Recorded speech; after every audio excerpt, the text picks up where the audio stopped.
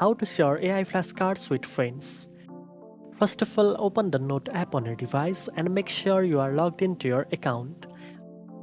Next, tap on Library from the bottom bar to see all your flashcard sets. Find the flashcard set you want to share, then tap on the three-dot menu next to it. From the options that appear, select Share. You can now send your flashcard directly to your friends using a link or share them through apps like email, WhatsApp, or Messenger. Your friends will be able to open the set, review the flashcards, and even add them to their own library if they are using the same app.